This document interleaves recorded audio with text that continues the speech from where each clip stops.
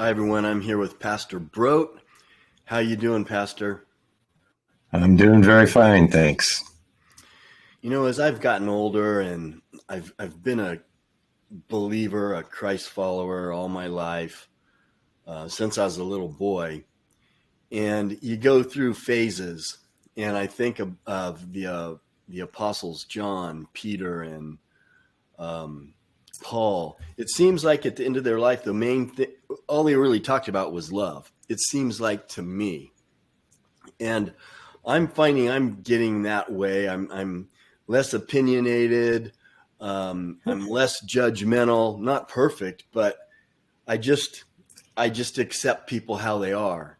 And I wasn't like that as much at the beginning of my walk. And that's where my emphasis seems to be ending up, is just love people, accept people, help them. And so, what are your thoughts on what love is? Well, like you say, I'm growing in it too, and I look at all the scriptures I've underlined. Some of my pages are just all underlined, but there's so many sections in the Bible that are like this, and I'm going to read Romans 12:9 and 10, but it's in the middle of understanding the mind of Christ. That's verse 1. That's how that begins out. But 9 and 10 say this: love must be sincere, hate what is evil, cling to what is good, be devoted to one another in love, honor one another above yourselves. And that means letting go of your time and your resources in order to help people. I was listening to our church Wednesday night service, and it just amazes me about how easy we get stuck in ourselves. And the guy was saying, look, I know that there's a lot of single waitresses out there, and they're just struggling to make it. And they got to come and serve on a Wednesday night or a Sunday afternoon. And they hate to have some of these Christian groups come in. Why? Because they don't give. They work so hard. They're so demanding. The waitress is so pushed, and yet they don't really give much. And these are poor single moms just eking it out. And the point is that we often get so busy about ourselves, like this text says, honor the others rather than yourselves.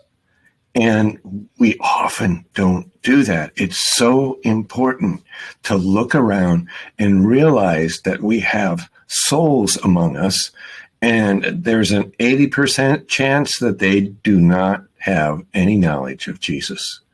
And that really struck me. And this passage just reminds me that this is not kind of a nice thing to think about. This is a command. This is a direction that we must head if we really understand the mind of Christ. So there you have it. And I keep getting encouraged in that. I'm glad you brought that Sorry. example up, because Christians, here's my example. Christians too often are giving Jesus a black eye. You know, if you're going to be a Christian, you're supposed to represent him in love, not cramming him down people's throats, not it just, you know what I mean by sometimes we give Jesus a black eye. We don't make him look, we make him look bad. Yeah, there's it's sort of a drive-by mentality. Bang, bang, bang, bang. You shoot at them and then you run off. But that's just, it's not Jesus. That is not Jesus. That's not the real thing. And in fact, it gets to be kind of obnoxious after a while.